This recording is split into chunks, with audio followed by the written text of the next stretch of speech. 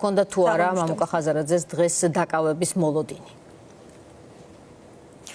დღეს მამუკა ხაზარაძე სასამართლოში შესვლამდე განაცხადა მზად ვარ ყველაფრისთვის, რაც ნიშნავს იმას, რომ მას აქვს ნებისმიერი სცენარის მოლოდინი, მათ შორის დაპატიმრების და ეს მოლოდინი აქვთ მისივე თანაპარტიელებსაც, რომლებიც დღეს ძლიერი საქართველოს ლიდერის მხარდასაჭერად იმყოფებოდნენ სასამართლოში. დღევანდელი აი ამ სამართლებრივი პროცედურის შემდეგ ახლა ერთ-ერთი მთავარი შეკითხვა, რომელიც ჩნდება პროკურატურასთან, უკავშირდება ბრალის წაყენებას. ანუ იქნება თუ არა შემდეგი საფეხური უკვე ოფიციალურად ბრალის წაყენება ოპოზიციონერი ლიდერისთვის. ჩვენ ამ კითხვის დასმა გვინდოდა საქმის პროკურორებთან, რომლებიც დღეს სასამართლოში იმყოფებოდნენ, თუმცა მათთან მიახლოებაც კი ვერ შევძელით მედიის წარმომადგენლებმა და არც თავად ისურვეს მედიასთან კომუნიკაცია იმისთვის, რომ შეკითხვებს, რომელიც არსებობს საზოგადოებაში, გაცემული იყო პასუხი.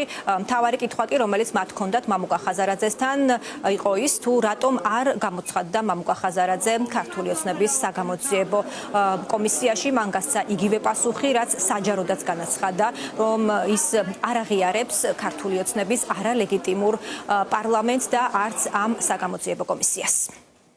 თავარი კითხვა არის, რატომ არ მივედი პარლამენტში, ეგრეთ წოდებულ პარლამენტში შექმნილ კომისიაზე, რომელსაც უწოდეთ ცირკი, შაპიტო და ბიძინას შოუ. ეს იყო მთავარი კითხვა. რაზედაც უპასუხე, რომ მე როგორც პოლიტიკური პარტიის ლიდერი, რომელსაც ძალიან ბევრმა 10,000-ობით ადამიანმა მოგცა მანდატი და გადაწყვეტილება მივიღეთ, რომ ჩვენ დაგვეტოვებინა ეს მანდატი, იმიტომ რომ არ ვაღიარებთ ამ ეგრეთ წოდებულ პარლამენტს, მის ლეგიტიმაციას. მე წამოღებული მქონდა საბუთები, საერთაშორისო გადაწყვეტილებები, რომელიც მინდოდა რომ გამეცნო მოსამართლისთვის, რომ არც ერთ ქვეყანას, ევროკავშირს, ევროსაბჭოს, შეერთებულ შტატებს დოკუმენტები მქონდა წამოღებული, ასევე დასანქცირებული, აი ამ მთავრობის დასანქცირებული ადამიანების სია, რომ დართულიყო ეს საქმეში, რომ ამეხსნა თუ ეს არ არის რაღაც ჩემი უბრალოდ მიზეზი, არამედ ეს არის საფუძველი თუ რატო არ ვაღიარებთ ჩვენ ამ პარლამენტს, ამ არალეგიტიმურ პარლამენტს. ამის საშუალება მოსამართლემ არ მომცა. რა ტიპის გადაწყვეტილებას მიიღებს? პოლიტიკურ გადაწყვეტილებას, იმიტომ რომ სამართალთან ამ ყველაფერს არანაირი კავშირი არ აქვს, ამის პროგნოზირება სრულიად შეუძლებელია. თუმცა ჩვენ ვართ მზად ბრძოლისთვის, პოლიტიკა არის მართალი და მამაცი ადამიანების საქმე. და ჩვენ სიმართლესაც და სიმამაცესაც ვამტკიცებთ მაგალითად მამუკა ხაზარაძის გადაწყვეტილებით და მისი პოზიციით, რომ ის არ შეწყვეტს ბრძოლას, როგორც არ უნდა გაგრძელდეს პროცესი. ნაციონალური მოძრაობის საქმის გამოსაძიებელი ეგიდით შექმნილი კომისია გამოიყენეს ძლიერი საქართველოს ლიდერების პოლიტიკური დევნისთვის და რეპრესიებისთვის, ხო? მაგრამ გასაგებია ჩვენ ამ ბრძოლაში ვართ, არც მოულოდნელია და არც შემაშინებელი არ არის ჩვენთვის. ვიცით რა ბრძოლაშიც ვართ. განვითარებას ხედავთ ამ სცენარის, ან როგორ ხედავთ?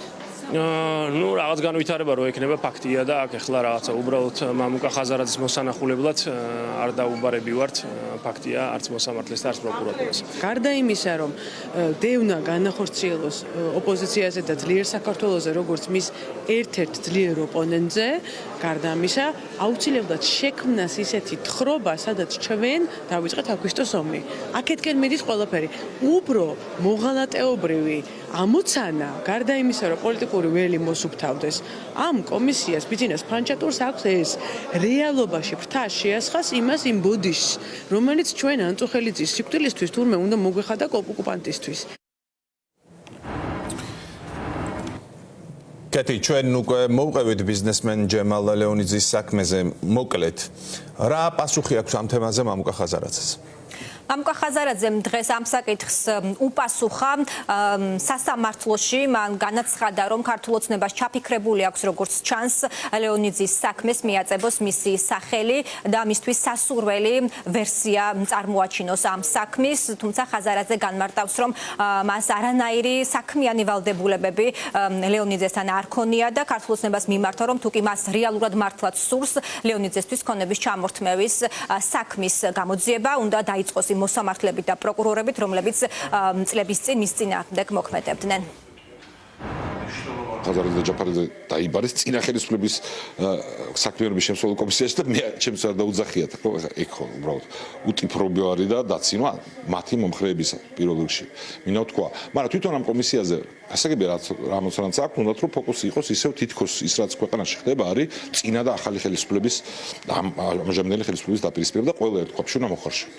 და ამიტომ რა თქმა უნდა ამას არ უნდა უყვეთო, უნდა დავცინოთ როგორ დრამატიზმის გარეშე უნდა ითქვას, რომ უფრო დიდ რამეზე არის აქ საქმე, უფრო დიდ რამეს ემუქრება ივანიშვილის რეჟიმი, ვიდრე თუნდაც ცალკეული პოლიტიკოსების უსამართლო პოლიტიკური დევნა არის. ეს არის ქვეყნის სახელმწიფობრიობა და დამოუკიდებლობა. იმედი მაქვს, რომ მხოლოდ ჯარიმით მოხდება რეაგირება, თუმცა ესეც არ ვიცით, ყველაფერი შეიძლება მოხდეს, იცით რომ ერთ წლამდე პატიმრობასაც ითვალისწინებს ეს მუხლი, დანარჩენ ლიდერებსაც ყველაფერი შეიძლება მოხდეს. ხო, ქვეყანაში დაცული არავინ არ არის.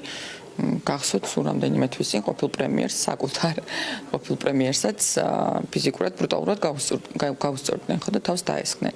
ამიტომ ყველაფერი რა თქმა უნდა არის მოსალოდნელი. დავალოდოთ და ვნახოთ. რუსული ჩარევის ერთ-ერთი ყველაზე მნიშვნელოვანი მექანიზმი ეს არის ისტორიის რევიზიონიზმი, რაც გულისხმობს იმას, რომ ასე ვთქვათ, ის რაც ფაქტებია, რაც არის უკვე შეფასებული საერთაშორისო თანამეგობრობის მიერ, რაც უახლეს ისტორიაში შეტანილია როგორც ფაქტი, მოვლენა და ჩვენი ქვეყნის სახელმწიფოებრიობას და სუვერენიტეტს განსაზღვრავს, ეს გადაიწეროს და მე ვფიქრობ, რომ ეს არის ზუსტად ის, რაც გულისხმობს სამშობლოს ღალატს პირდაპირ 2008 წლის რუსული სამხედრო აგრესიის საქართველოს ხელისუფლებისთვის და სახელმწიფოსთვის დაბრალებას. ასეთი პოლიტიკური შეფასებები მოყვა პროკურატურაში წამოწყებულ გამოძიებას ძლიერი საქართველოს ლიდერის წინააღმდეგ, უпростоრად ლიდერების წინააღმდეგ. საზოგადოებისთვის კარგად ცნობილი არის, რომ მამუკა ხაზარაძის გარდა სავარაუდოდ იგივე პროცედურის გავლა მოუწევს ბადრი ჯაფარიძეს, რომელიც ელოდება პროკურატურისგან შეიძლება ითქვას გამოხმაურებას და გამოკითხვაზე დაბარებას. მედიაც ველოდებით ამ ინფორმაციას პროკურატურის მხრიდან. კეთი, გამოეხმაურა ამ საკითხს ხელისუფლება, ბუნებრივია აქ არ გულისხმობ იმ თავარ გამოხმაურებას, რაც თემის აწევას გულისხმობს და ზოგადად ამ ხალხის კიდევ ერთხელ პროკურატურის გზაზე დაყენებას. თუ კომენტირებენ პოლიტიკოსები არალეგიტიმური ხელისუფლების თემას. ქართულ ოცნებაში ამბობენ, რომ პროკურატურა სრულიად ზის სამართლებრივ ჩარჩოებში, რომ ეს საგამოძიებო უწყება არასრულებს პოლიტიკურ დაკვეთებს და თავის დროზეც, როდესაც ქართული ოცნების წარმომადგენლები, მათ შორის ამ კომისიის ლიდერი თია წულუკიანი საჯაროდ აფრთხილებდა იმ პირებს, რომლებიც დაბარებულები იყვნენ ამ კომისიის სხდომაზე, ვინც არ გამოცხადდებოდა, რომ ელოდა სასჯელი. ბიძინა ივანიშვილის პარტიაში ამბობენ, რომ ეს წერია კანონში და რომ ამ მომენტში სრულდება კანონი და ისინი პოლიტიკური ანგარიშწორებას გამორიცხავენ.